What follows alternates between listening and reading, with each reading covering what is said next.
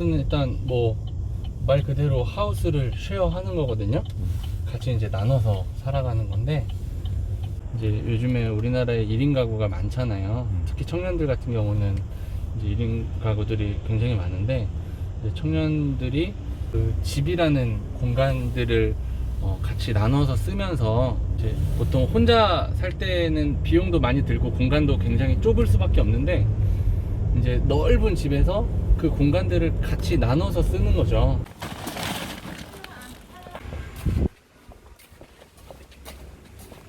지점들이 좀 여러 개가 있다 보니까 일일이 뭐 이렇게 외주를 맡기기에는 또 부담이 되고, 그래서 기계를 샀어요. 장갑할 수 있는 기계를 사서.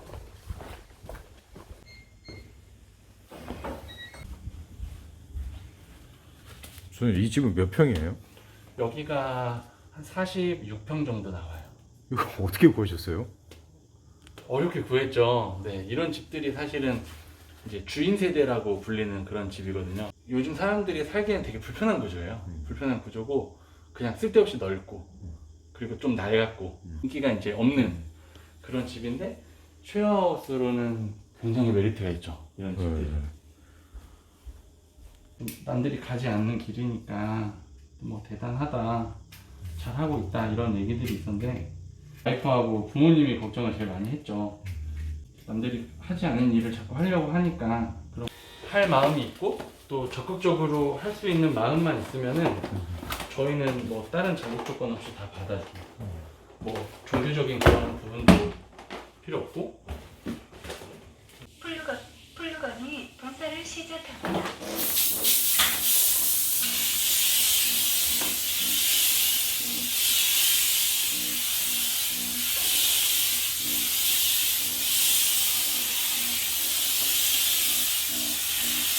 너무 따뜻하고 여름에도 네, 안 덥고 겨울에는 따뜻하고 네. 그러면 한 달에 여기가 보통 얼마 정도 내시는 거예요? 여기가 이제 보증금 100에 한 월세가 30만 원대.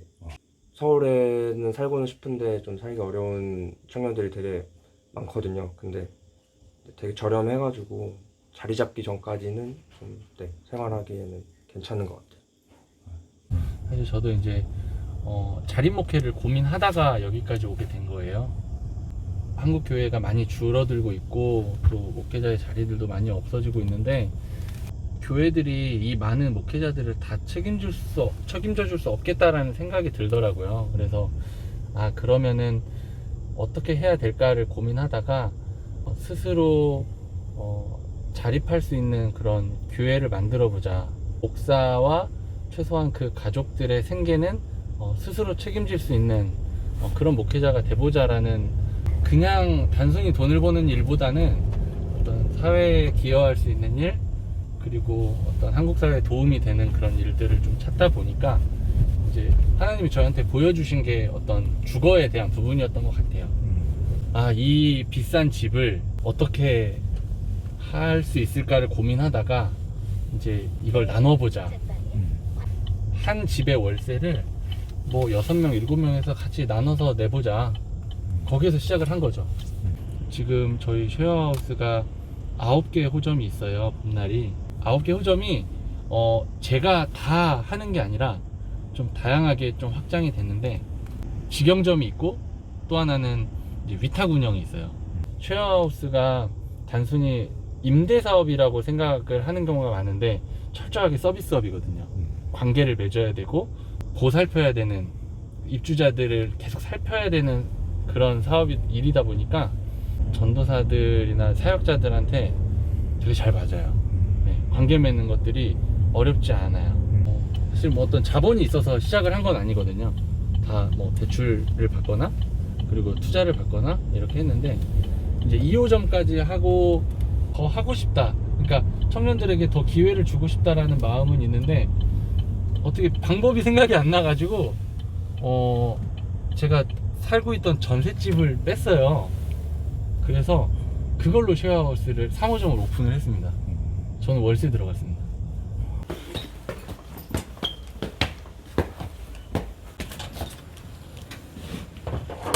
집이 일단 넓어야 되고 방이 많아야 되고 이제 그리고 월세는 또 싸야 되고, 그리고 중요한 게 이제 집주인이 이렇게 쉐어하우스로 쓰는 거를 허락을 해줘야 되고 이 조건들이 다 맞아 떨어졌을 때 계약을 하는 거죠.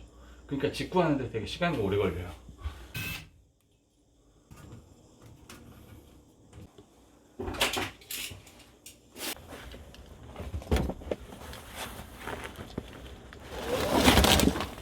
한 평균적으로 한 120 정도 보시면 되세요. 120. 네. 근데 저희가 보증금이 낮잖아요. 네. 보증금이 뭐 1,000만 원, 1,500만 원밖에 안 와요.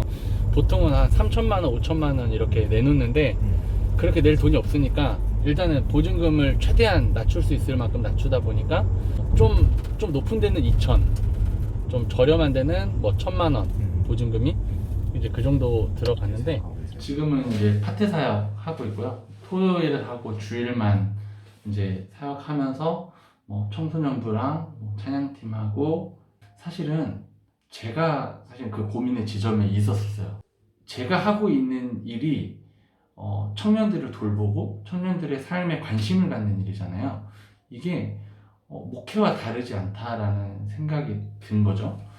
근데 생각해보니까 또 이거는 꼭 목사가 아니어도 누구나 할 수 있는 일이 아닌가? 이런 생각이 들었어요. 그러니까 꼭 목사라고 해서 특별히 할 수 있는 일이 아니라 하나님 나라를 이루어가는 일, 그리고 주변에 있는 이웃들의 삶을 돌보는 일은 충분히 성도로서 누구나 다 할 수 있는 일이다. 지금은 청년들의 삶을 돌보고 있지만 이제는 청년들의 영혼도 돌보는 삶뿐만 아니라 영혼까지 돌볼 수 있는 사장님이 되면 너무 완벽하겠다. 그런 생각을 한 거죠. 교회에서 받는 사례비하고 그리고 저희 회사에서 받는 이제 월급하고 있는데 공개하기가 좀 애매한데 일단은 둘 합쳐가지고 한 200 정도? 네. 이상하게 가져올 수가 없어요. 왜냐면 다 이게 빚을 내서 한 거기 때문에 그것들을 갚아 나가야 돼요. 그러니까 다른 호점들도 마찬가지고 그래서 제가 어쨌든 이제 회사에서 좀 어느 정도 재정이 쌓이면 계속 이런 대출금들을 계속 갚아 나가야 되고 또 메꾸고 뭐 이렇게 하다 보면은 사실 제가 가져갈 수 있는 금액은 그렇게 크지 않습니다. 뭐 9개라고 해서 네, 그렇지 않습니다. 이제는 너무 익숙해져가지고 그냥 몸에 그냥 뱄어요. 그래서 어제도 사실 오전에 좀 일이 없어가지고 좀 집에서 쉬어볼까 했는데 안 쉬어지더라고요. 몸이. 물론 당연히 이제 풀타임 사역자도 필요합니다. 왜냐면 뭐 계속 교회가 여전히 있기 때문에 풀타임 사역자도 필요하지만 한국 교회들이 일단 많이 줄어들고 있고 목회자들은 여전히 넘쳐나고 있고 그러니까 교회가 목회자들을 전부 다 책임져 줄 수 있는 상황이 아니란 말이에요. 결국에는 자기 살 길 자기가 알아서 찾아가야 된다는 거예요. 저는 물론 제가 정답이라고는 말할 수 없지만 사실 제가 얘기하는 자립이라는 거는 건강한 목회를 하기 위한 자립인 거예요. 재정적으로 자립이 안 되면 건강한 목회를 하기 힘든 거죠. 기성교회의 풀타임으로 하는 사역자하고는 조금 또 다른 차원인데 일단 자리가 없다고 제가 말씀드렸잖아요. 일단 자리가 없는데 그 없는 자리를 찾아가는 것도 사실은 저는 아니라고 봐요. 저는 사실은 개척을 해야 된다라는 생각을 하고 있거든요. 개척밖에 답이 없다. 근데 개척을 어떻게 하냐? 근데 건강하게 개척을 하려면 자립을 해야 된다는 거죠. 목회자들이 재정적으로 자립이 되어 있다고 한다면 정말 개척을 했을 때 성도가 1명이든 2명이든 5명이든 너무 행복하게 사역할 수 있을 것 같아요. 뭐 성도 수에 매이지 않고 그리고 공간에 매이지 않고 너무 행복하게 사역을 할 수 있을 것 같아요. 재정적으로 나는 노동자다.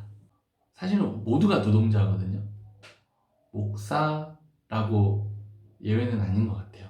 모두가 노동을 하는 사람이고 그렇게 하나님은 어쨌든 사람을 그렇게 만드셨고 노동을 통해서 땀을 흘림을 통해서 또 수확을 얻게 하신 거잖아요. 제가 하고 있는 일이 저는 결코 사실 특별하다고 생각하지 않아요. 그냥 저는 노동을 하고 있고, 그리고 그 노동에 대한 수학을 하고 있는 거고, 그냥 평범하게 다른 사람 하는 것처럼 똑같이 하고 있을 뿐인데, 단순히 전도사이기 때문에, 목사이기 때문에 뭔가 특별하다라고 생각을 해주시는 것 같은데, 저는 또 전도사이기 이전에, 목회자이기 전에 그냥 하나님이 주신 터전에서 노동을 하고 그 수확을 얻는 노동자이다.